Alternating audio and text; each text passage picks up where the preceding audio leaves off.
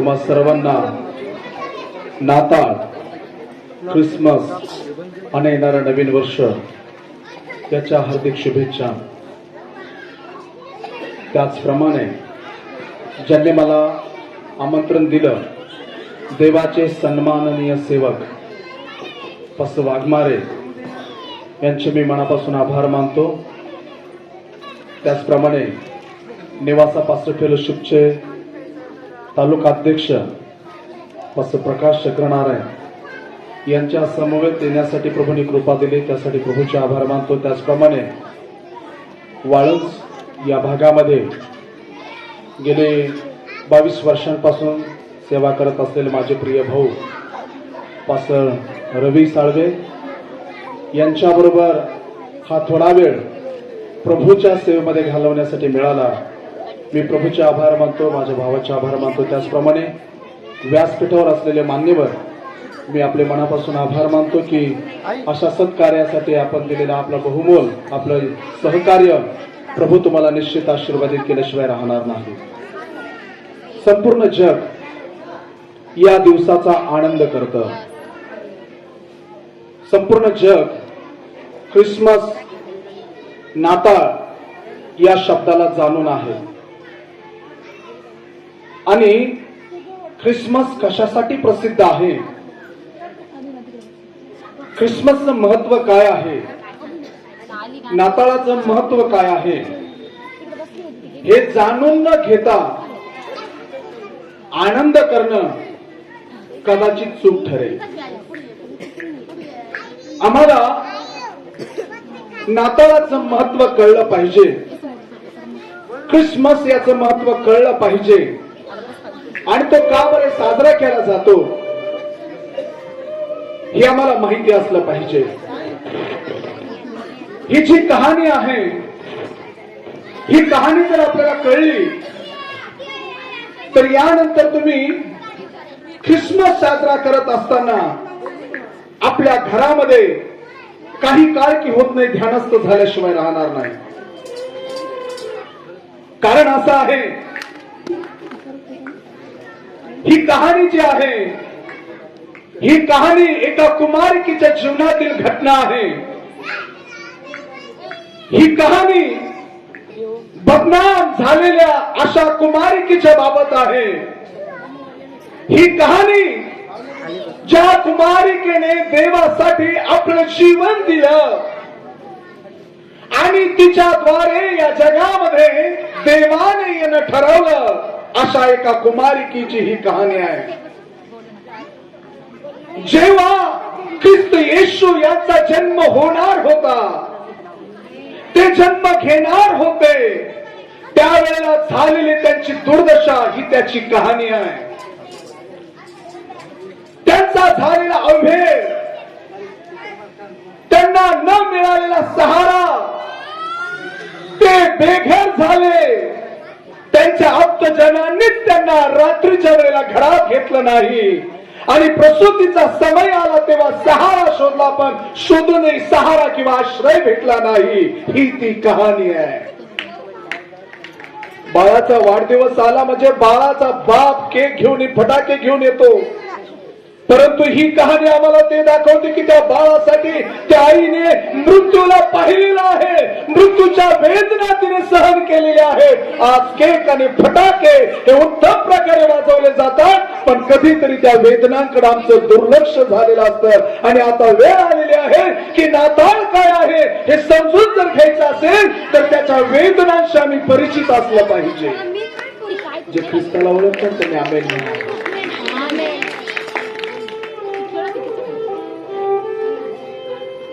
प्रियजन हो,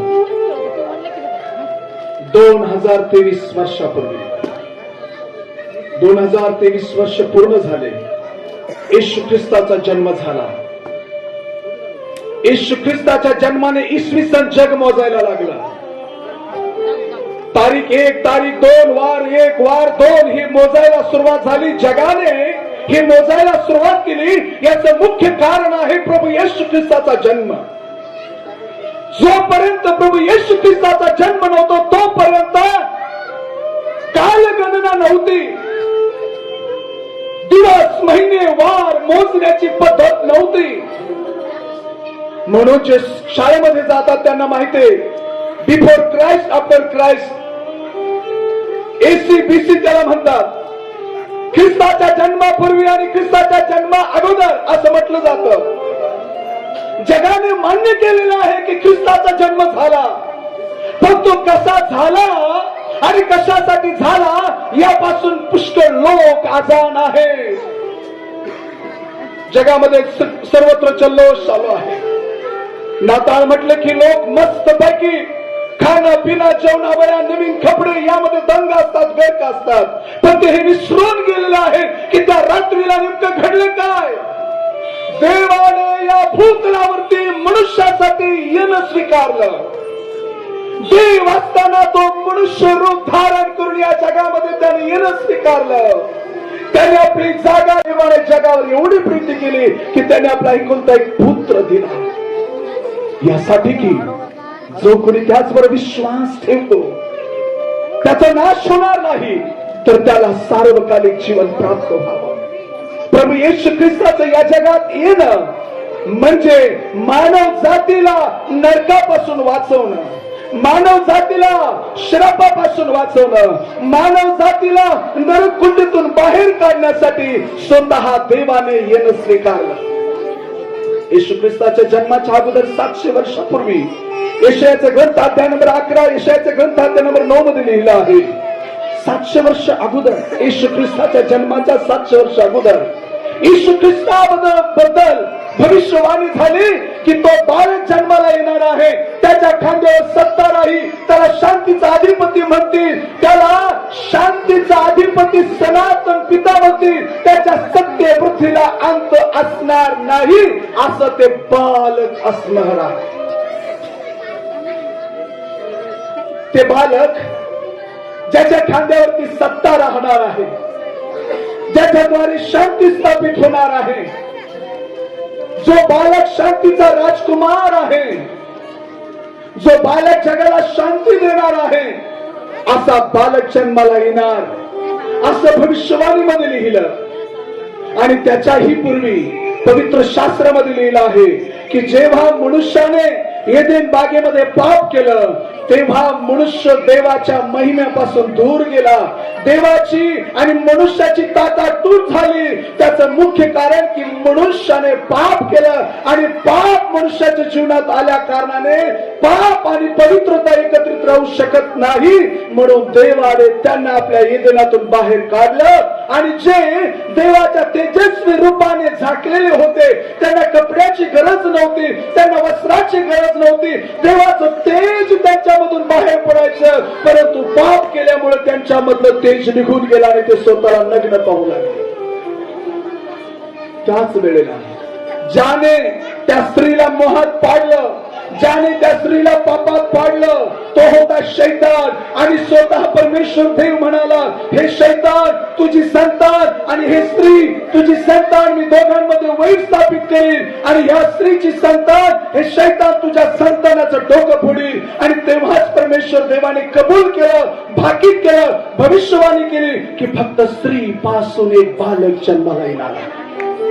फक्त स्त्री पासून, फक्त स्त्री पासून. अनेक लोक म्हणतात ख्रिस्ती धर्म, ख्रिस्ती हे 2000 सालामध्ये 2000च्या आसपासचा त्याचा जीवनक्रम आहे किंवा त्याची सुरुवात आहे. पण मला तुम्हाला सांगू द्या, येशू ख्रिस्त येण्याची भविष्यवाणी ही उत्पत्तीमध्येच आहे. ख्रिस्ती धर्म नाही, ख्रिस्ती जात नाही. येशू ख्रिस्त येणार आणि ते कुणाच्या मार्फत येणार, तो एका कुमारिकेच्या द्वारे येणार. आणि शास्त्र असं म्हणतं येशू ख्रिस्ताच्या जन्माच्या वेळेला घटना अशी आहे की मरियम जी आहे ती कुमारिका आहे आणि त्या काळामध्ये एक पर्व चालू राहायचा, त्या काळामध्ये एक सण चालू असायचा, जसं की आज ख्रिसमस चालू आहे. त्या काळातली स्थिती अशी की कुमारिका, तरुण मुली 40 दिवस देवाची भक्ती करण्यासाठी आपल्या घरापासून दूर यायच्या. आपलं घर सोडून आपल्या घरापासून दूर असायच्या आणि 40 दिवस ते स्वतःला पवित्र ठेवायच्या. धार्मिकतेमध्ये, आराधनेमध्ये त्या राहायच्या. कारण त्यांच्या पूर्वजांनी त्यांना असं सांगितलं होतं की एक मसीहा हा जगाचा उद्धारक जन्माला येणार आहे, पण तो कुमारिकेच्या द्वारे जन्माला येणार आहे. म्हणून त्या काळामध्ये त्या कुमारिका स्वतःला पवित्र ठेवून आराधना करत होत्या. आणि तेव्हा मरियम वरती देवाची कृपा झाली आणि गॅब्रिएल दूत तिच्याशी येऊन बोलला की मरिये, तू कृपा पावलेली आहे, तू धन्य आहे, देवाच्या आत्मेने तुझ्यावर छाया केली आहे, तुझ्याद्वारे एक बालक जन्माला येणार आहे, त्याचं नाव इम्मॅन्युएल असणार आहे आणि तो जगाचा तारणहार असणार आहे. ती म्हणाली, प्रभू हे कसं शक्य आहे? हे अशक्य आहे, कारण मी कोणता पुरुष पाहिला नाही, माझ्यावर कोणत्या पुरुषाची सावली पडलेली नाही, हे कसं शक्य आहे? आणि तो म्हणाला, मरियम, हे तुला अशक्य वाटत आहे, पण देवाने तुझ्यावर छाया केली आहे आणि तुझ्या उदरामध्ये जे बालक आहे आता ते पवित्र आत्म्यापासून आहे. म्हणून आम्ही प्रार्थना करताना म्हणतो, तुझे नाव पवित्र मानले जा. देवाचं अस्तित्व, देवाचा स्वभाव हा पवित्रतेचा आहे. आणि म्हणून जर दोन देहाच्या मिलनाने जर जन्म झाला असता, दोन देहाच्या इच्छेने जर जन्म झाला असता, दोघांच्या देहाच्या वासनेने जर जन्म झाला असता, तर कदाचित येशू ख्रिस्ताला पवित्रता ही पदवी शोभली नसती. जिथं वासना आहे, जिथं लालच आहे, जिथं देहाची इच्छा आहे, दोन देहाचं मिलन आहे, त्यातून निर्माण होणारी संतान याला अपवित्रच म्हटलं जातं. परंतु येशू ख्रिस्तांचा जन्म हा पवित्र आत्म्यापासून आहे. आणि मग शास्त्र असं म्हणतं की ती वाग्दान झालं होतं, तिचा साखरपुडा झालेला होता, तिचं लग्न ठरलेलं होतं, योसेफ तिचा पती होणार होता. आणि ती स्त्री घाबरलेल्याबरोबर तिचं जे वाग्दान झालेलं होतं त्या दोघांमध्ये संवाद होत असताना त्याने ओळखलं की माझी होणारी बायको गरोदर आहे. त्याच्या लक्षात आलं की माझी बायको माझ्या विवाहाच्या पूर्वी गरोदर आहे. आणि मग त्याने असं म्हटलं की जर मी माझ्या होणाऱ्या पत्नीला जर अशा प्रकारे जर स्वीकारलं तर समाज मला बहिष्कृत करेल, समाज मला वाळीत टाकून देईल. आणि जर मी तिच्या आई वडिलांमध्ये तिला ठेवलं तर तिच्या आई वडिलांना, तिचा समाज आणि तिला मारून टाकतील. आणि म्हणून त्याने निर्णय घेतला की गुप्तपणे तिला सोडून द्यायचं. कैसरी ऑगस्टाची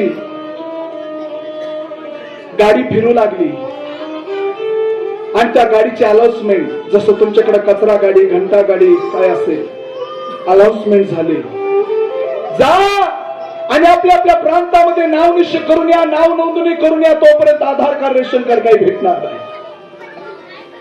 आणि मग त्याने मरियमला घेतलं. त्याला कारण मिळालं की मरियमला घेऊन निघायचं आहे, तसं दुसरं काही कारण देता आलं नसतं. आणि म्हणून होणाऱ्या पत्नीला त्याने आपल्या बरोबर घेतला आणि निर्णय घेतला की हिला गुप्तपणे सोडून द्यायचं. मारायचं तरी कशाला? तिला मारून टाकण्यापेक्षा आणि तिच्या आई वडिलांना बेआब्रू होऊन मरण्यापेक्षा हिला आपण गुपचूप सोडून देऊ. त्याच रात्रीला योसेफाला गॅब्रिएल दूत येऊन बोलतो, योसेफा, तिच्यावरती संशय घेऊ नकोस, तिच्याकडे अशा मकर दृष्टीने पाहू नकोस, संशयाच्या नजरेने पाहू नकोस. तिच्या उदरातील बाळ जगाचा तारणार आहे, जगाचा उद्धारक आहे. ही परात्पर देवाची छाया तिच्यावर येऊन राहिली आणि म्हणून तारणारा तिच्या उदरातून आता या जगामध्ये जगाच्या उद्धारासाठी, तारणासाठी, पाप शाळण्यासाठी येत आहे. आणि म्हणून योसेफा, तू तिच्यावरती संशय घेऊ नको. आणि त्या रात्रीला योसेफाने ठरवलं, चाहे आता समाज मला काही म्हणू, चाहे लोक मला काही म्हणू, चाहे लोक मला स्वीकारणार नाही, कदाचित माझी घरची मला स्वीकारणार नाही, पण जिच्या उदरामध्ये जगाचा तारणार आहे, आता मी तिला मदत करेन. आणि तो तिची काळजी घेऊ लागला, तो तिचा सांभाळ करू लागला. अशा वेळेला दिवस भरत चालले, प्रसूतीचे दिवस जवळ येऊ लागले. फक्त योसेफ आणि मरियम यांच्यामध्ये देवदूताचा संवाद आहे, संभाषण आहे. एकमेकाबरोबर बोलणं चालू आहे. पण ही घटना अशा काही ज्ञानी आणि हुशार लोकांना माहिती होती की मसीहा जन्माला येणार आहे, आणि म्हणून आकाश गंगेचा अभ्यास करणारे, ताऱ्यांचा अभ्यास करणारे मागी लोक शोधत होते की या जगामध्ये असा एक तारा येणार आहे की तो तारा फक्त एकदाच येईल, त्यानंतर परत कधी दिसणार नाही. आणि जिथे तो तारा असेल त्या ठिकाणी मसीहा तारणारा जन्माला येणार आहे, आणि त्याला यहुदियांचा राजा म्हणते. बहिणींनो, भावांनो, जेव्हा तुम्ही दोन जीवाशी असताना तुमच्या सगळ्या नातेवाईकांना ही बातमी कळून जाते. तिचं पोट पाणी पिकलं बरं का, आनंदाची बातमी बर का, पाहुणा येणार आहे बर का, ही चर्चा असते. पण ह्या दोघांना ही चर्चा करण्याची संधी मिळाली नाही, त्यांना हा आनंद घेण्याची संधी मिळाली नाही, त्यांच्या नातेवाईकाबरोबर हा आनंद त्यांना वाटण्याची संधी मिळाली नाही. उलट अर्थी हे झालं की ते लपून लपून आपल्या जीवनाचा प्रवास करू लागले. आणि हीच मरियम जेव्हा आपल्या बहिणीला, कित्येक दिवस झाले कुणाला भेटले नाही म्हणून आपल्या बहिणीला भेटायला गेली की नातेवाईकापैकी कुणाला तरी एकदा तरी भेटावं म्हणून आपल्या बहिणीला भेटायला गेली, तेव्हा ती जी आलिशबा होती ती तिची सख्खी मावस बहीण, परंतु म्हातारी झाली होती, तिची कुस बंद झाली होती, तिला मुलबाळ नव्हतं, आणि त्यावेळेला ती गरोदर राहिली होती. आणि ती पण शर्मेने अगदी मरायला लागली की ह्या वयात मी गरोदर राहिले, आणि म्हणून ती पण नातेवाईकाला भेटत नव्हती. पण जेव्हा मरियम तिला येऊन भेटली तेव्हा आलिशबेच्या पोटातील बाळाने उडी मारली, आणि मग आलिशबा म्हणते तू धन्य आहेस, कारण तू तारणाऱ्या उद्धारकार अशा बाळाची तू आई आहेस. आणि तेव्हा आलिशबेच्या पोटातील बाळ मेलेलं होतं, ते फिरत नव्हतं. मरियमने तिला गळा भेट केल्याबरोबर तिच्या पोटातील बाळाने उडी मारली. तो बालक पोटात असतानाच अद्भुत आहे. एक बहीण जी वयातीत झाली, जिला मुलबाळ होत नाही, परंतु ती गरोदर राहिली, ती स्वतःचं तोंड दडवत होती. आणि एक बहीण जी कुमारिका आहे आणि कुमार अवस्थेमध्ये ती गरोदर आहे, ती पण तोंड दडवत होती. परंतु मला तुम्हाला सांगू द्या, जेव्हा देव अद्भुत कार्य करायला लागतो ना, तेव्हा तोंड दडवून राहू नका, कारण देव अद्भुत कार्य करणार आहे. समाज तुम्हाला तोंड दडवायला लावेल, लोक तुम्हाला तोंड झाकायला लावतील, लोक तुम्हाला शर्मेने खाली पाहायला लावतील, पण जेव्हा देव तुमच्या जीवनामध्ये कार्य आरंभ करेल ना, तेव्हा तोच देव तुम्हाला सन्मानाने उभा करेल. आणि शास्त्र म्हणतं ते तिथून परत आले नाहीयेत, आणि शास्त्र म्हणतं योसेफ आणि मरियम हे संती असताना, तिचे दिवस भरलेले असताना, ती वेळ रात्रीची आहे, तो समय रात्रीचा आहे. योसेफ आपल्या गावामध्ये गेलाय, आपल्या गोत्रामध्ये गेलाय, आपल्या ओळखीच्या लोकांमध्ये गेलाय, आपल्या रक्तमासाच्या लोकांमध्ये गेलाय. अनेकांकडे त्यांनी मदत मागितली असेल, त्यांनी जागा शोधली असेल. आपली पत्नी, तिच्या उदरातील बाळ, थंडी कडाक्याची, वातावरण थंड आहे, घरात कुणी सहारा देत नाही, घरात कुणी ये म्हणत नाही. आपल्या लोकांनी तोंड फिरवलं, आपले ते परके झाले, आपल्याच लोकांनी आपल्याला पोरख केलं. आपण आता अनाथ सारखे आहोत, आपल्याला स्वीकारणारा कोणी नाही, आपल्याला घरात घेणारा कोणी नाही. वेदना वाढत आहे. असह्य वेदनेचा सामना मरियम करत आहे. रात्र उलटून चालली आहे. आई, बहिणी, तुला माहितीये का, जेव्हा तू आपल्या बाळाला जन्म देत होतीस ना, तेव्हा तुझ्या घरचे लोक तुझ्या अवतीभोवती होते. तुला हॉस्पिटलला लवकर पोहोचवावं म्हणून चांगल्यातली चांगली ॲम्ब्युलन्स तुझ्यासाठी होती. तुला अधिक त्रास होऊ नये म्हणून डॉक्टर्स आणि नर्स तुझ्यासाठी उभ्या होत्या. परंतु ज्याने स्वर्ग सोडलं आमच्यासाठी, जो धनवान असताना दरिद्री झाला, जो देव असताना मनुष्य बनला आणि आमच्या उद्धारासाठी ज्याने जन्म घ्यायचं ठरवलं, त्याला जन्म घेत असताना कोणीही आपल्या घरात मरियमला जागा दिली नाही. थंडी कडाक्याची आहे, वातावरण अगदी भयावह आहे, रात्र उलटून गेलेली आहे. तिचा आक्रोश, तिचा आकांत, तिचे कणणे कोणीही ऐकत नाही. आणि जरी ऐकलं तरी त्यांच्याकडे पाहण्याची नजर ही बदललेली आहे, कारण ती विवाहापूर्वी गरोदर आहे.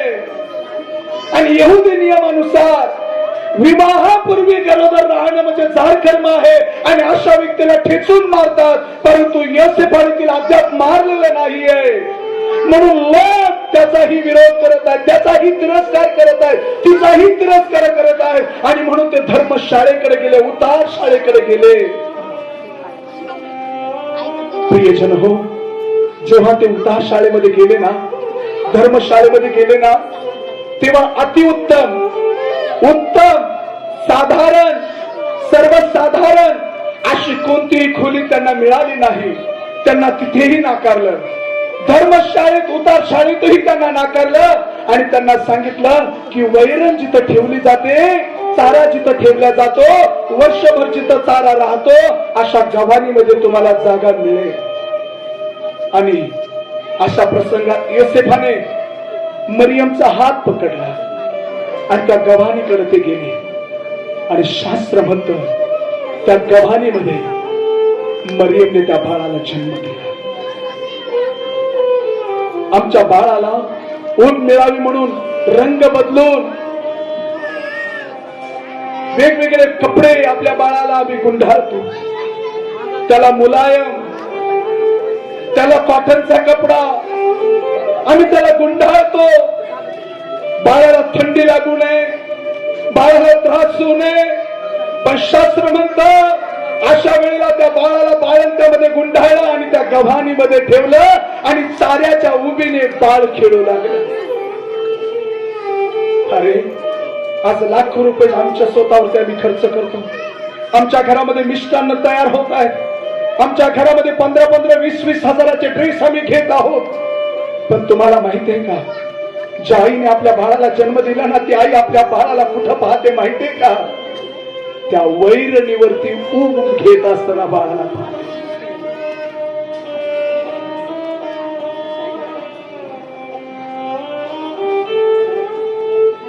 ही अवस्था जेव्हा आम्ही आमच्या डोळ्यासमोर आणतो,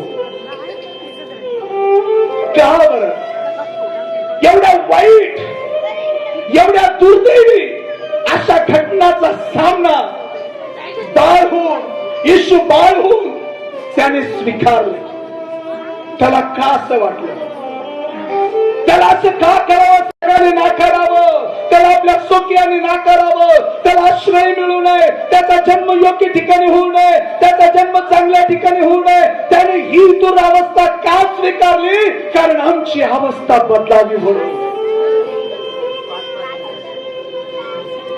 बायबल सांगतं की ते ज्ञानी हुशार लोक ताऱ्याचा अभ्यास करत करत करत करत करत करत हेरोद राजाकडे गेले. आणि त्या राजाला त्यांनी विचारलं की तुमच्याकडे असा एक तारा तुम्हाला दिसला का की तो रात्रभर तुमच्या घरावर, छतावर, महालावरती प्रकाश देत होता? तो म्हणाला, नाही बुवा, असं तर काही घडलं नाही. तुम्ही असं का विचारता?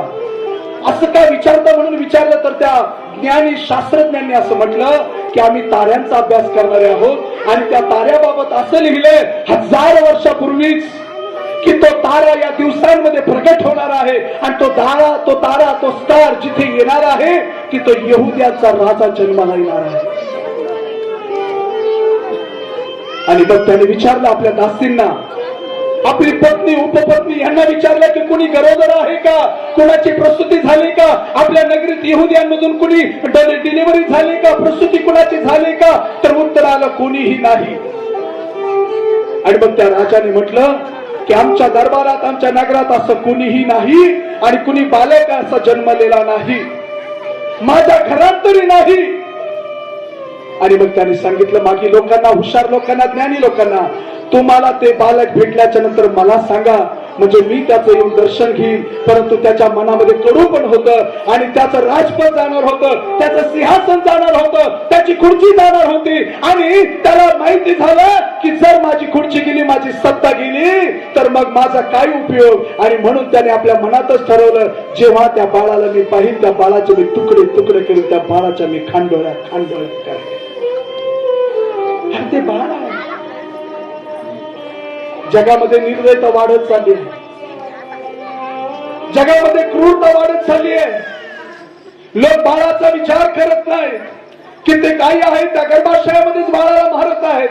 कित्येक डॉक्टर्स आहेत जे गर्भाशयामधून बाळाला मारत आहेत. जग क्रूर बनत चाललेलं आहे. जगामध्ये प्रेम, प्रीती, आपुलकी राहिली नाही. फक्त माझं अस्तित्व कसं टिकेल, माझी जागा कशी टिकेल, माझी खुर्ची कशी टिकेल, याकडे त्यांचं लक्ष आहे. मग ते कुणाचाही बळी द्यावा लागला तरी चालेल, पण माझ्या घरातूनच किंवा मीच राजा असावं किंवा सत्ताधिकारी असावं, ही जगाची रीत पडत चालली आहे. आणि म्हणून त्या राजाचं हे कडूपण, हे कटूपण, हे देवाने पाहिलं. जेव्हा ते मागी लोक त्या रात्रीच्या वेळेला प्रवास करू लागले, त्यांनी तो तारा पाहिला. तर बेथलेम या ठिकाणी उतार शाळेच्या गव्हाणीचे तिथे तो तारा आहे. आणि मागे लोक धावत पळत आले आणि त्यांनी पाहिले की ते बालक आहे. त्याच्या डोक्यावरती, त्याच्यावरती त्याला प्रकाश देण्यासाठी आकाशातला तारा तिथे खाली आलेला आहे. आणि त्यांनी पाहिलं की ते बालक त्या ताराने वैरणीची ऊब घेत आहे आणि खेळत आहे. Hallelujah, hallelujah, hallelujah. जवळच्यांनी त्याच्या जन्माच्या वेळेला दिवा पेटवला नाही. जवळच्यांनी त्याच्या जन्माच्या वेळेला थोडासा उजेड पण दिला नाही. जवळच्यांनी त्याच्या जन्माच्या वेळेला ऊब मिळावी म्हणून एक धुडकं पण दिलं नाही, कपडा पण दिला नाही.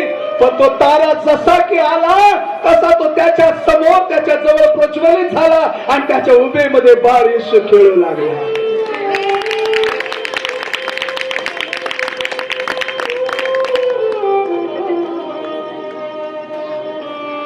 शास्त्र म्हणतं ते हुशार आणि ज्ञानी लोक आले.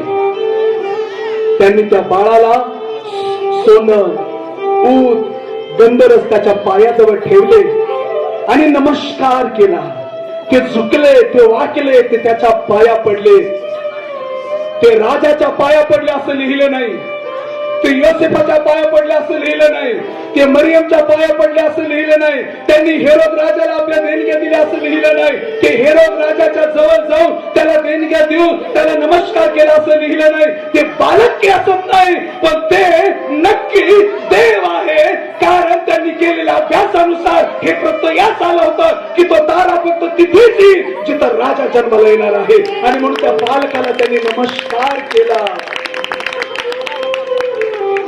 मी पण तुम्हाला सांगतो, चुका त्याच व्यक्तीच्या समोर, ते भला बालकी असं तरी चालेल, पण ज्याच्यामध्ये दैवी स्वभाव आहे त्याच्या समोर चुका, त्याच्या समोर वाका.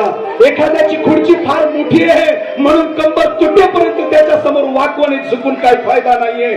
झुका त्याच्या समोर, वाका त्याच्या समोर, नमस्कार करा त्याला ज्याच्यामध्ये दैवी स्वभाव आहे. मग तो लहान आहे की मोठा फरक पडत नाही.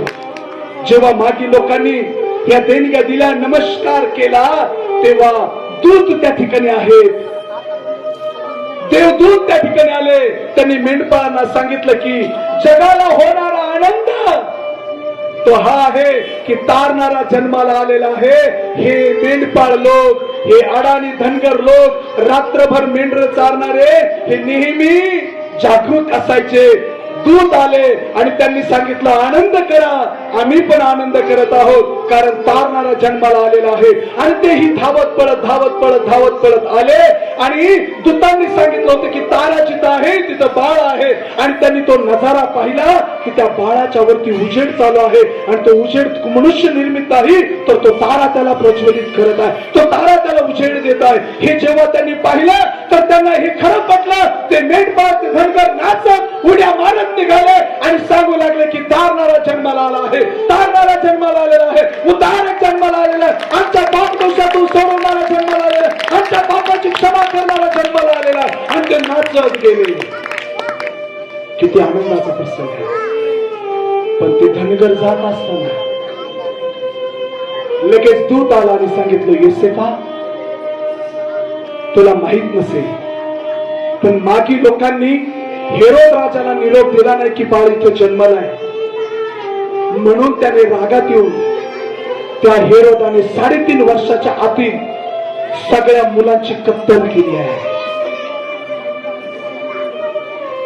3.5 वर्षाच्या आतील लेकरांची कत्तल केली योसेफा. आणि तो इथपर्यंत पोहोचू शकतो, तो येशू बाळाला देखील मारू शकतो. म्हणून योसेफा उठ, आपल्या पत्नीला घे, बाळाला घे आणि मिस्र देशामध्ये पलायन कर, निघून जा. श्राव देखील थांबला नाही, वेदना देखील थांबल्या नाहीये, प्रसूती होऊन अधिक वेळ पण झालेला नाहीये. गाढवीचं शिंगरू त्या ठिकाणी आहे, गाढवी त्या ठिकाणी आहे. प्रवासाला सुरुवात करायची आहे, कारण तो सगळ्या बाळांची कत्तल करत इथपर्यंत पोहोचल्याशिवाय राहणार नाही. आपला श्राव थांबला नाही, आपल्या वेदना कमी झाला नाही, आपला त्रास कमी झाला नाही, परंतु बाळासाठी त्या आईने प्रवासाला सुरुवात केली.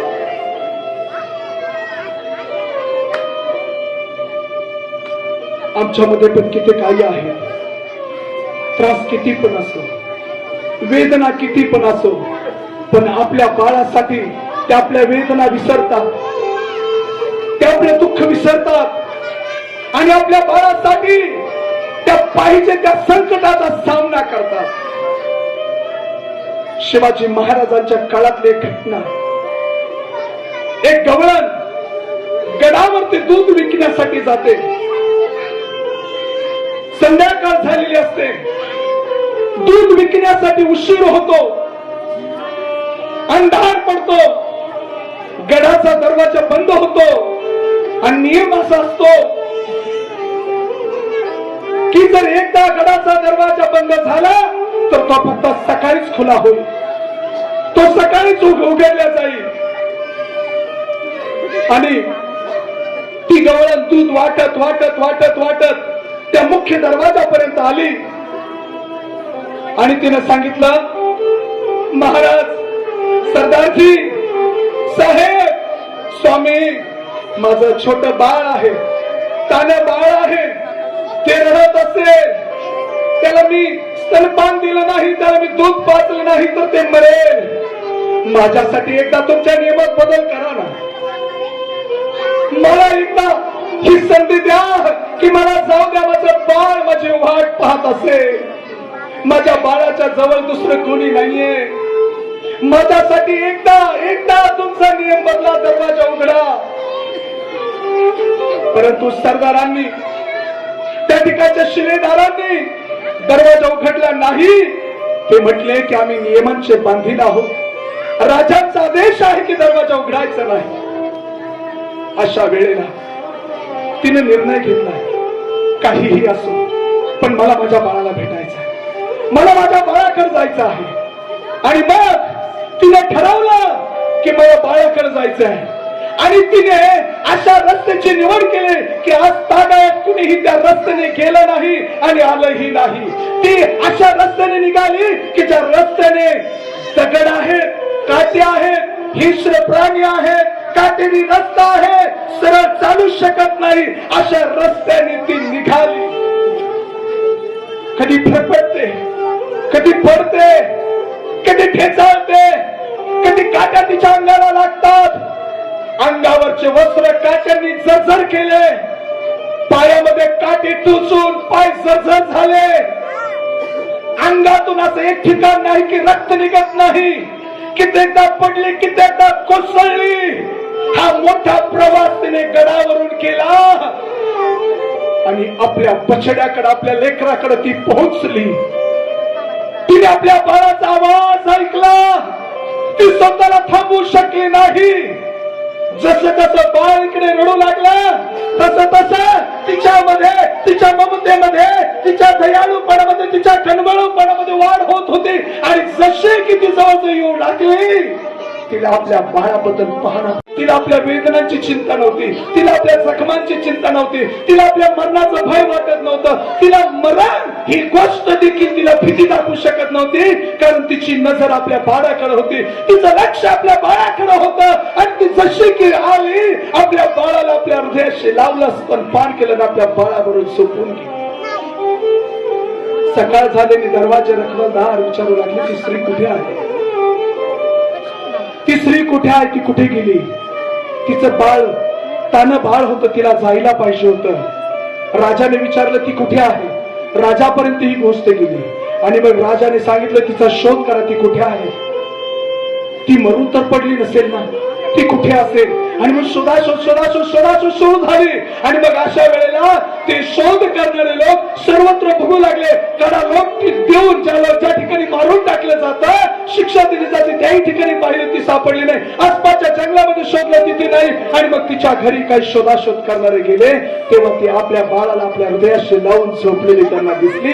आणि त्यांनी पाहिलं की तिच्या अंगावरती अशी एकही जागा नाहीये की जिथे जखम नाहीये, रक्ताळलेली नाहीये, अशी एकही जागा नाही. आणि तिने त्यांच्याकडे डोळे उघडून पाहिलं. राजापर्यंत ही बातमी गेली. राजाने विचारलं, हे तू कसं शक्य करू शकले? ती म्हणाली, ज्याच्यासाठी मी कष्ट करते आणि राबते ते माझं बाळ आहे, तो माझ्या पोटचा गोळा आहे. मी त्याच्याशिवाय राहू शकत नाही, तो माझ्याशिवाय राहू शकत नाही. मरण मला आमच्या दोघांमध्ये आडवं येऊ शकत नाही, आणि म्हणून मी मरणालाही आव्हान केलं. तशीच मरियम आपल्या वेदनांना विसरून आपला श्राव थांबलाच नाहीये. अशा अवस्थेत तिने निर्णय घेतला की बाळाला घेऊन निघायचं आहे. बहिणींनो आणि भावांनो, आज लोक धर्माचा झेंडा घेऊन पळत आहे. प्रार्थना प्रार्थना प्रार्थना प्रार्थना म्हणून स्वतःला धार्मिकतेचा हवा आणत आहे. पण स्वतःला जर काही त्रास करून धार्मिकता जगायची वेळ आली तर ती धार्मिकता आणि ती आराधना, ते सत्संग लोकांना परवडत नाही. ख्रिसमस हा त्यागून करायचा आहे. ख्रिसमस म्हणजे त्याग आहे. ख्रिसमस म्हणजे देवाबरू झेलणं आहे. ख्रिसमस म्हणजे स्वतःला संपवणं आहे. ख्रिसमस म्हणजे ख्रिस्तासाठी मला कोणत्याही प्रसंगातून जावं लागलं तरी मी माझ्या वेदनांकडे पाहणार नाही, माझ्या दुःखाकडे पाहणार नाही. मी काय तुटलो, मी काय गमावलं, मी काय हारलो हे महत्वाचं नाही, मला ख्रिस्त भेटला हेच महत्वाचं. जर तो मला भेटला आहे तर मला माझ्या वेदना थांबवू शकत नाही, मला माझी बियाबरू थांबवू शकत नाही, मला लोक काय म्हणतात त्याचा फरक पडणार नाही, कारण मला कोण भेटला आहे? मला ख्रिस्त भेटला आहे. आणि तिने त्याच रात्रीला, त्याच पहाटेला प्रवासाला सुरुवात केली.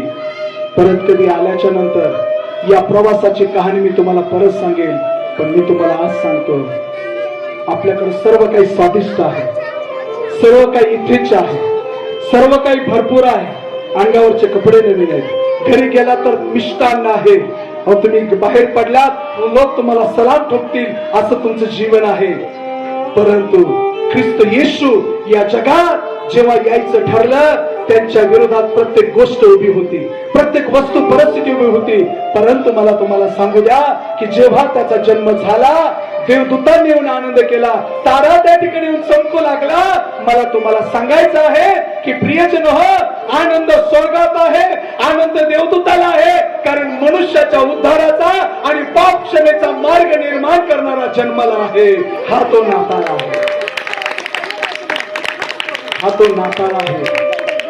फक्त नाचणे, गाणे, जेवणावेळे उठवणे हे नव्हे. आजपासून एक निर्णय घ्या, मला त्यागून ख्रिस्ती जीवन जगायचं आहे. मला काही गमवावं लागलं तरी चालेल, पण मी ख्रिस्ताला सोडणार नाही. तरच आजचा ख्रिसमस आहे. नाही तर आनंदात तर सगळेच असतात, दुःखामध्ये सगळे पळून जातात, आणि दुःखात पळणारे कधी ख्रिस्ती होऊ शकत नाही. ज्याने मरेपर्यंत दुःख भोगलं तो ख्रिस्त आहे, आणि जे मरेपर्यंत दुःखातून जाण्याची तयारी ठेवतात तेच खरे ख्रिस्त आहेत. कागदोपत्री ख्रिस्त असलेले पण ख्रिस्ती नाही. म्हणून आज एकच संदेश देऊन जातो, स्वतःचा त्याग करा, त्यागातून जा, स्वतःचं समर्पण इतकं करा की कितीही व्यापारामधून जायची वेळ आली तर मी ख्रिस्ताशी प्रामाणिक राहील, त्याच्या वचनाशी प्रामाणिक राहील, तरच हा ख्रिसमस खऱ्या अर्थाने साजरा झाला. अन्यथा आपला ख्रिसमस साजरा करून काही एक फायदा नाही. तारणारा भेटला आहे, उद्धारक भेटला आहे, पापाची क्षमा करणारा भेटलाय, मग आणखी काय पाहिजे? आणखी काय नको. बस जेव्हा तारण मिळतं, पापाच्या क्षमेची जाणीव मिळते, जेव्हा आम्हाला उद्धार मिळतो, जेव्हा खात्री पडते की मी इथून जर निघालो तर मी देव बापाकडे जाईल, बस ही खात्री घेऊन आम्हाला आपलं जीवन जगायचं आहे. सर्वस्वाचा त्याग करून प्रभू येशूच्या चरणाजवळ बिलगून राहायचं आहे. हाच तो खरा ख्रिसमस आहे. ख्रिस्त येशू वेदनांचा सामना करत या जगामध्ये त्याने आमच्यासाठी जन्म घेतला. मग आता वेदनातून आम्हाला जरी जायची वेळ आली तरी चालेल, असा करार आम्ही आजच्या ख्रिसमसच्या दिवशी करू आणि देवाला आपलं समर्पण करू. देव बाप तुम्हाला फार आशीर्वादित करो. थँक्यू.